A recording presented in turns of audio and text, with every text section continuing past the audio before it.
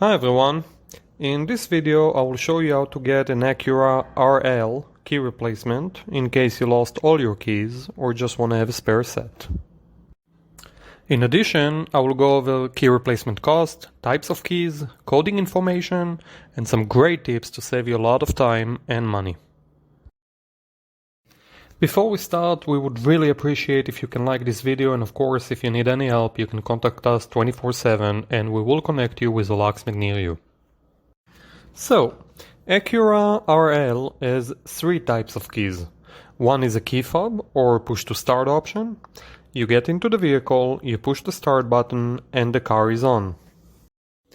The other option is a regular ignition, which you actually have to put the key in the ignition and turn to start the vehicle. Let's go over each option. For the push to start option, we have one key. Between 2005 and 2012, we have a key fob with part number 72147, S like Sam, J like Jason, A like in Apple, A like in Apple, 01, which needs to be coded on site with a special machine. For Acura RL with a regular ignition, we have two transponder keys. First, between 2005 and 2009, we have a key with part number HD111PT.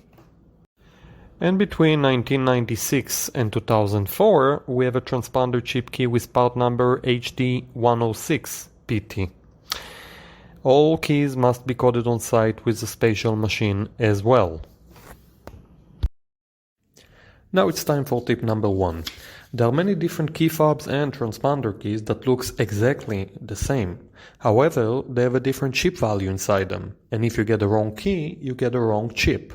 Wrong chip, and you will not be able to start the vehicle.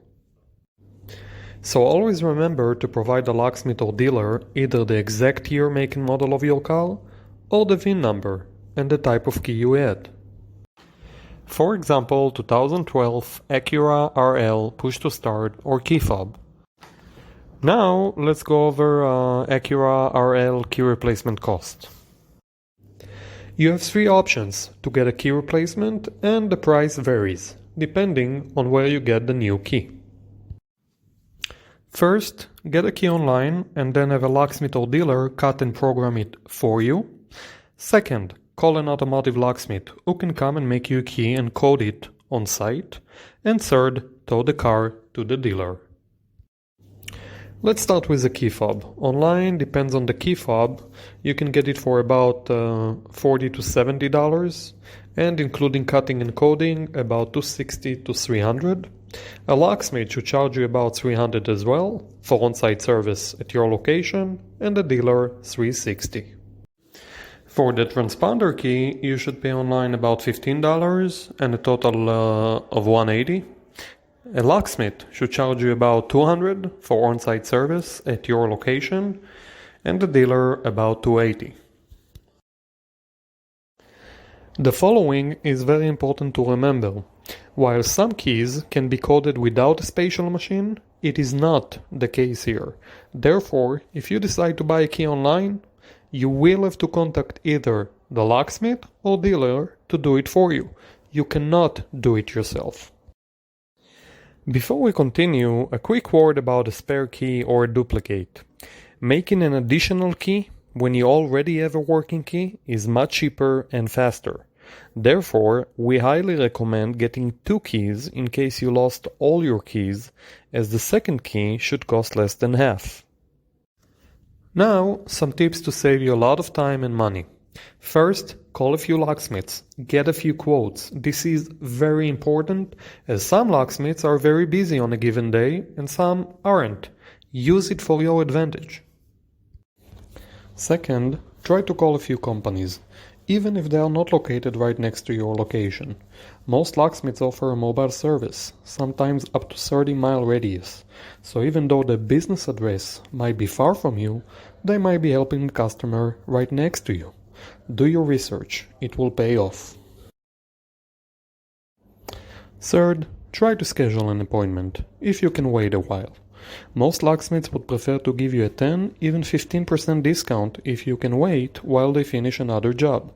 This way, it can work out for everybody. You get a discount, they get a job. Ask for it. Don't be shy. Finally, just like a mortgage, try to negotiate. If you find a better quote, tell them. Who knows? Maybe they will give you a better one. Now, a very important tip that is relevant for replacement key fobs. Every key fob also has an emergency key to help you get into the vehicle in case the battery dies and you can't use the remote to unlock the doors, like in this picture here.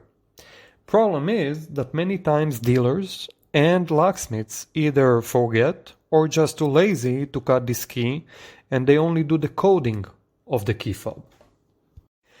So it's very important to check and verify that they did cut you the emergency key and that you can unlock the doors with it, just as you would have checked if you made a copy of your house key.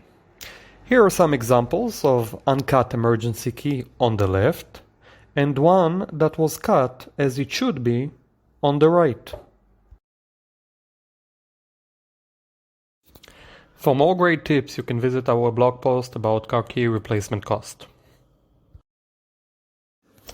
That's it. I hope you liked this video and would really appreciate if you can give us the thumbs up, and thanks a lot for watching.